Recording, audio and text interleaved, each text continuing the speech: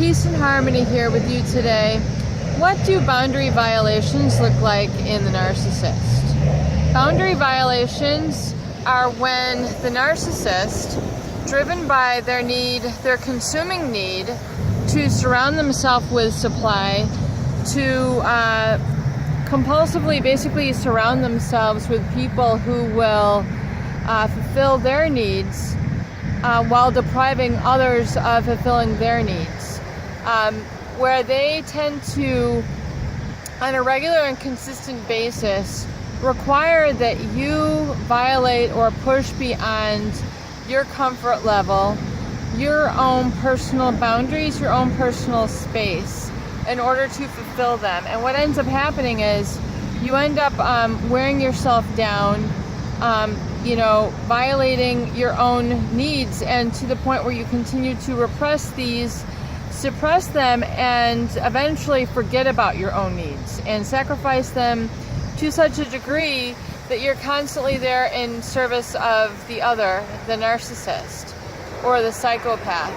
And once you've severed that connection to chronically overlooking your own needs, it becomes a true boundary violation where you start to lose a sense of where one stands, and also one tends to lose the ability to have a voice in the relationship and to know how to speak up for oneself, how to defend oneself, how to communicate effectively in a reciprocal manner with this person.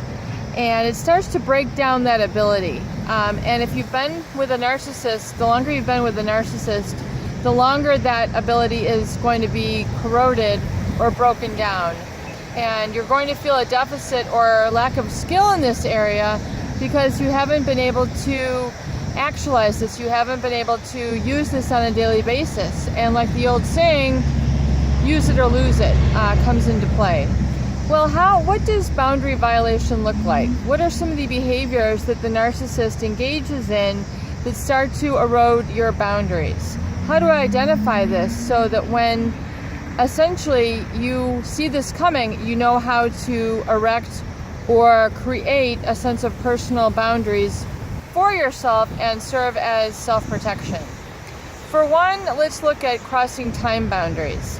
If the narcissist is asking you to forego a lot of your own personal commitments and requirements and give them an undue amount of time, maybe it's staying up late. Maybe it's calling in late from work, coming in late to work because you've had to deal with them and their needs. Missing days of work in order to be with them. Taking their calls longer than your scheduled break at work, and you're having to forego or sacrifice your own needs, your own employment hours, your own employment structure in order to be there for them. Or maybe the fact that they've kept you up all weekend, or wanted you to get drunk, wanted you to do drugs, wanted you to have sex for like hours on end to the point where you were depleted and worn out, and you couldn't go home and tend to your own laundry, you couldn't clean your own home, you couldn't do your grocery shopping, you didn't have time to pay your bills. These are sort of time boundaries that once they cross that, they break you down physically and make it hard for you to have a sense of yourself and your own needs and have those boundaries in place. So that's temporal boundaries. Also physical boundaries, where they're not allowing you to have certain things in your environment. They're not allowing you to speak or freedom of speech. They're not allowing you to have your own personal items for whatever reason. They don't want you to bring certain things. They don't want you to have certain things. They're trying to tell you, that what you're interested in doesn't really matter. These are all violations of personal boundaries, which cause you to lower your own personal standards and essentially give them up for this other person. And the longer that this goes on, the more you feel a sense of loss and your own personal ground, and all in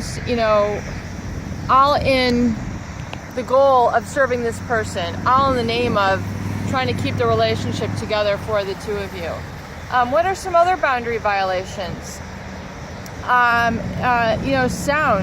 There's also, sound violations where they might physically be so loud all the time, or just overtake you in conversation to the point where you can't even speak up, or you're just so sick of having to defend yourself that you no longer are able to maintain a sense of equilibrium with them.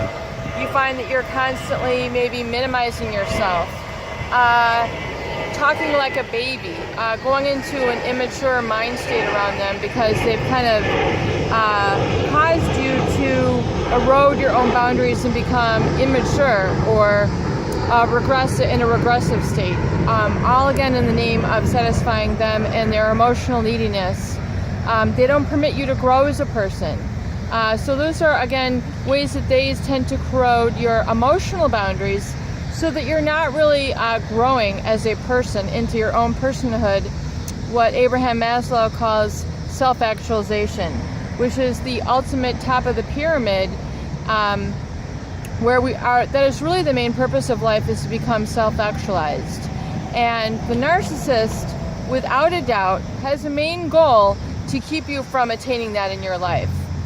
And you'll start to begin a process of serving them and their needs emotionally by allowing them, unbeknownst to you, unknown to you, but you begin this process once they start to